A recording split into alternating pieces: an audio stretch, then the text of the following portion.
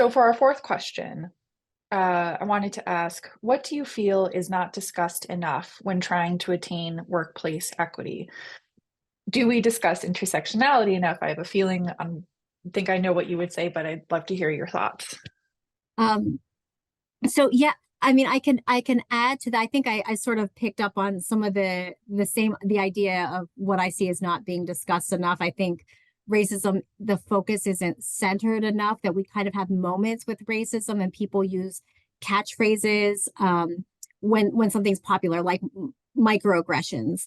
And so that's Mm, kind of like a key word, and people start talking about that, but it's not really focused. And I see people, veering away from keeping a central focus on really racist aggressions and centering how do we see this showing up in the workplace? How well are we addressing this? Intersectionality, I think it we do people are talking about that more.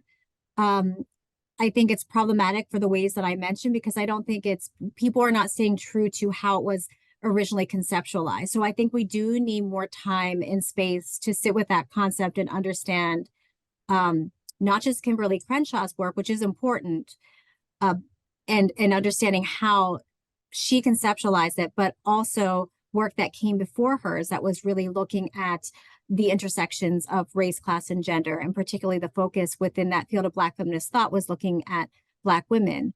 I do like the way that Dr. Gasku talks about intersectionality. I did a free thinking lunch with her at Baruch on critical race theory, and we were talking about some of these issues. And she said that we want to make sure that people understand there's a difference between intersectional identities and intersectional oppression.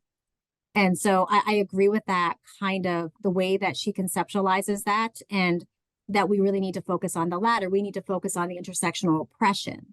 And often we're talking about intersectional identities. All of us have intersectional identities, right? And so that's one of the ways that I've seen intersectionality used to water down the conversation on oppression, because everybody has various identities and they intersect and overlap in our lives.